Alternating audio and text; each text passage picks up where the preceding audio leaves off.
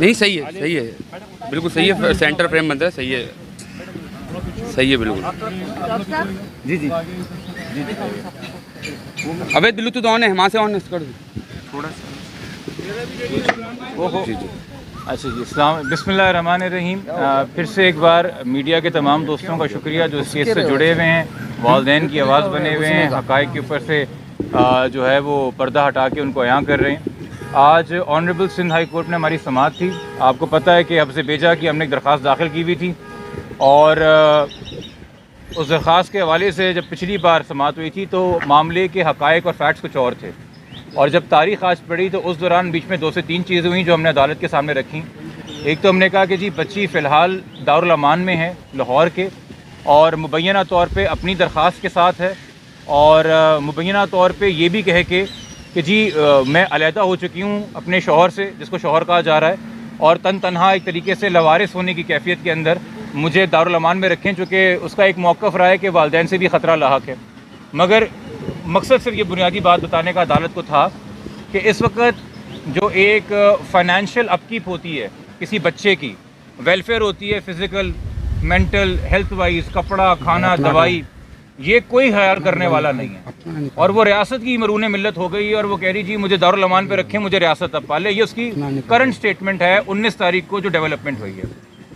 दूसरा, मैंने उनको बताया कि जी एक व्यू फॉर्म कर लिया है पुलिस ने कि चाइल्ड मैरिज एक्ट लगता है, किडनैपिंग लगती है, बच्ची को बाजियाब कराना है। तीसरा, इस हवाले से सिंध हुकूमत ने पंजाब हुकूमत को ख़त भी लिखा है कि ये बच्ची हमें यहाँ पे चाहिए। तो मैंने दरख्वास्त की अदालत से कि मैंने पहले कन्फेस किया कि देखिए मजिस्ट्रेट के ऑर्डर के तहत दारुल अमान के अंदर जो प्रेजेंस है बच्ची की, उसको मैं इलीगल कन्फाइनमेंट नहीं कह सकता फ़िलहाल, क्योंकि बच्ची ने खुद से एक दरख्वास्त दाखिल की। तो इस वक्त जब तक तहकीक ना हो जाए कि दरख्वास्त दाखिल करवाई गई थी या खुद से की थी, तो हम फ़िलहाल नहीं कह सकते कि ये लीगल कन्फाइनमेंट है। तो मैं कोई अनफेयर स्टेटमेंट नहीं करूँगा। मगर चूँकि बच्ची मुगविया एक FIR में, चूँकि ट्रायल है FIR में, और अब तो जो मरकज़ी मुल्ज़िम है वो भी बेल लेने के लिए यहाँ कराची ही आ गया है, और तफ्तीशी अफसर भी कराची का ही होगा, और हर पेशी पे मुगविया को प्रेजेंट करना होता है। तो अगर स्टेट कस्टडी में दारुल अमान में ही रहना है बच्ची ने, तो बेहतर है कि वो दारुल अमान या चाइल्ड प्रोटेक्शन सेंटर कराची का हो, सिंध का हो, ताकि कम से कम वालिदैन जो हैं उसको कोई फरहम कर सकें सहूलियात, उसके कपड़े दे सकें, खाना भिजवा सकें, पैसे दवाइयाँ कोई चीज़ हो तो मौजूद रहें। और यकीनी तौर पर अदालत इस बात को इंश्योर करेगी, क्योंकि ये मामला ट्रायल कोर्ट ने इवेंचुअली तय करना है, कि ऐसा नहीं कि अगर वो कराची आएगी तो कोई भी उससे मुलाकात कर सकेगा। यकीनी तौर पे वो बच्ची की मर्ज़ी के ऊपर होगा। तो अदालत हो सकता है ये हुक्म जब दे तो उसमें लिखे कि चूँकि हमारा ये रवायत भी है कि बच्ची अगर मिलना चाहे तो वालिदैन से कभी कुछ केसेस में इजाज़त दी जाती है, मुबैना शौहर से मिलने की कभी नहीं दी जाती। ये फ़िलहाल हमारे दलाइल थे, और अदालत से जो कमेंट्स से जो ऑब्जर्वेशंस थी, मैं इसमें कोई हतमी राय कि अभी फ़ैसला क्या आएगा, चूँकि एक स्पेकुलेशन है। प्रॉपर तरीका ये है कि हम हाई कोर्ट के ऑर्डर्स का इंतज़ार करें। कुछ घंटों की बात है, end of the day order आ जाएगा, उसको पढ़ के तमाम आपको पता होगा कि उसमें क्या कंडीशंस हैं, क्या पैरामीटर्स हैं, और तभी हम बात करें। कबल अज़ वक्त कोई खुशी की नवीद सुना देना या कबल अज़ वक्त अफसरदा कर देना, मेरे ख्याल में दोनों ही गैर मुनासिब बातें हैं। जो आपने आर्गूमेंट किए थे और दुआ की दरख्वास्त पढ़ के सुनाई, पुलिस की रिपोर्ट का जो प्राइवेट रिपोर्ट थी वो पढ़ के सुनाई, तो उस पर अदालत की ऑब्जर्वेशन थी क्या? अपनी ऑर्डर नहीं, ऑब्जर्वेशन क्या था? देखिए, अदालत ने ये एक तरीके से सबसे राय ली PG साहब से। आपके ख्याल में बच्ची दारुल अमान लाहौर रहे या उसे प्रोविंस ऑफ सिंध के किसी शेल्टर होम में होना चाहिए? प्रोसिक्यूटर जनरल ने अपनी सबमिशन दी कि जी यहाँ होना चाहिए। उन्होंने एडवोकेट जनरल के दफ्तर से पूछा, उन्होंने कहा जी यहाँ होना चाहिए। उन्होंने IO से पूछा, जो कि साबका IO है, मगर अब चूँकि नया IO आया नहीं है तो वो कस्टोडियन एक तरीके से फ़ाइल का है, और ये मेरे नहीं, ये तो क्या कहते हैं मरकज़ी मुल्ज़िम के वकील के दलाइल थे कल कि जी ये करंटली कस्टोडियन है।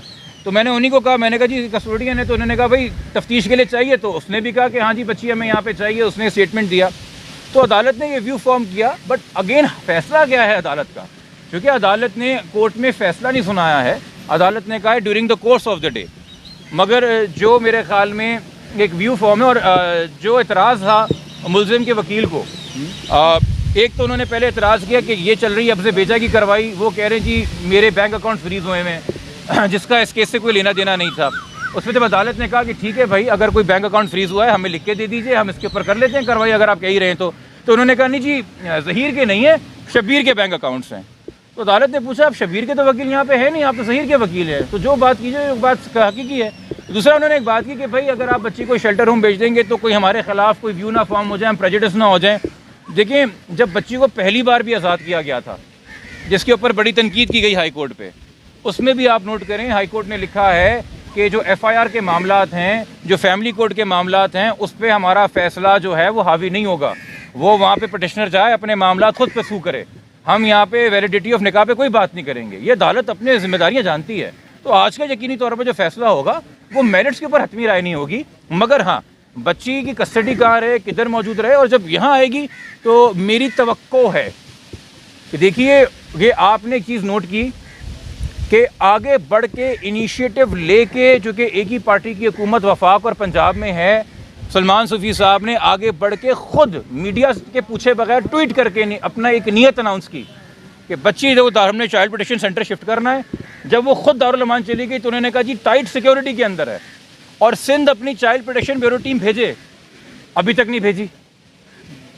सवाल है ना, सिंध हुकूमत क्या कर रही है? सॉरी, अब अगर बच्ची यहाँ आती है, अब हाई कोर्ट के ऑर्डर पे आ रही है, उन्होंने अगर नहीं भेजी तो कम से कम हम एक्सपेक्ट करते हैं इतनी होशमंदी, इतनी दानिशमंदी, इतनी बुर्दबारी और इतनी अक्ल समझ कि सिंध हुकूमत इस केस की हसासियत को समझते हुए proper adequate security, proper adequate facility देगी किसी गैर ज़रूरी इंसान को। और ख़ास तौर पे देखें जी, आपके स्टाफ का कोई भी बंदा हो सकता है जिस पर आप नज़र ना रखें, जो करप्शन करके बच्ची को वहाँ उन चीज़ों से एक्सेस दे रहा हो जो कि नहीं देने की होती हैं। तो ये बड़ी जिम्मेदारी दी रही है हाई कोर्ट सिंध हुकूमत को, और हमारी उम्मीद है कि सिंध हुकूमत जो है ये जिम्मेदारी पूरी तरीके से निभाएगी। और इस हवाले से मेरी आप लोगों से दरख्वास्त होगी कि जब एक बार बच्ची यहाँ पे आ जाए तो उसकी आपकी पर वेलफेयर के बारे में सिंध हुकूमत से भी आप लोग दरख्वास्त करें और उनसे भी पूछें कि उनकी क्या जिम्मेदारी और रोल बनता है। ज़हीर को सर पेश किया गया आज ज़हीर को पेश किया गया, पुलिस की सिक्योरिटी में इस पे लोग एतराज़ कर रहे हैं, क्या वजह हो सकती है? देखिए, पेश किसी को नहीं किया गया है। एक इंसान किन्हीं भी हालात में, किन्हीं भी वजूहात के ऊपर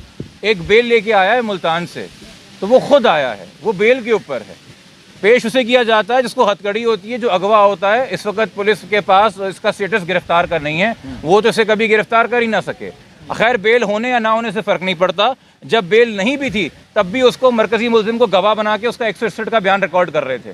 तो पुलिस की जो कार्रवाई थी वो तो अदालत ने हुक्म फरमा दिया ना, आईयू चेंज कर दिया, तो मैं क्या तबसरा दूंगा? तबसरा तो गुज़िश्ता रोज़ पुलिस पे जज साहब ने खुद दे दिया। सर, आज सिंध हुकूमत का जो बयानिया था उससे आप मुतमिन हैं? सिंध हुकूमत जिस तरीके से आज का केस यहाँ पे, वरना सिंध हुकूमत ऐसे बयान नहीं देती इस केस में, लेकिन आज ये है कि केस यहाँ पे तो बच्ची भी यहाँ पे लाया जाए, बहुत माकूल बात है और बिल्कुल मैं इस बयानी को सपोर्ट करता हूँ। मगर मैंने जो पहले जिस चीज़ से इशारा किया था वो है कि उस बयानी की ओनरशिप सिर्फ बच्ची को यहाँ पे लाना नहीं है, चूँकि वो हमारी क्लाइंट्स की, साइमा साहिबा की और काज़मी साहब की बच्ची है। माँ की आगोश से बेहतर कोई शेल्टर नहीं होती। आप उसे ऑल्टरनेट कर रहे हैं ना, ऑल्टरनेट कर रहे हैं, तो फिर सिंध हुकूमत को वो आगोश देनी होगी। सिर्फ बच्ची को यहाँ लाना नहीं होगा, वो केयर, वो नर्चरिंग, वो मैटरनल लव, वो सेंसिटाइज ट्रेंड लोग, चाइल्ड थेरेपिस्ट, साइकोलॉजिस्ट, कुछ भी बच्ची को मुहैया करने होंगे। और सिंध हुकूमत चाहे तो आगे बढ़ के कर सकती है, या इसको बस नॉर्मल रूटीन बना के, चूँकि मुझे फ़र्क नज़र आया वाज़े कि मुझे स्ट्रेटेजिक रिफॉर्म्स यूनिट जो पंजाब में और फेडरल में है वो मुझे हसास नज़र आए बच्चों के मामले से अपने मौक़िफ़ में। यहाँ ऐसा लगता है कि जी भेड़ चाल है। तो जब तक मैं अगेन कोई सियासी बात नहीं करना चाहता, बट ये सूबा VIP कल्चर की बहुत बड़ी मार है जी। ये आम आदमी की, आम इंसान की, एक मुतवसत तबके से ताल्लुक़ रखने वाली मासूम बच्ची है। इसको सिंध हुकूमत अपनी बच्ची समझ के प्यार दे, मोहब्बत दे, इसकी रखवाली करे जब तक ये केस चल रहा है, और जब तक हम फैमिली कोर्ट से जाके इस बच्ची की कस्टडी प्रॉपर तरीके से हासिल नहीं करते, जो हतमी इजाज़त पे फैसला होगा। टुकड़ी वाली सरकार के लिए कुछ कह दो, उसके खिलाफ कब कार्रवाई करेंगे? मुझे नहीं पता आप किसकी बात कर रही हैं। हाँ सर, देखिए, अफसोस मैं कहूँ या पता नहीं क्या तब्दील, बताऊँ क्या हो गया, वहाँ कैमरे यहाँ हो गए और ये वाले कैमरे यूँ बढ़ गए।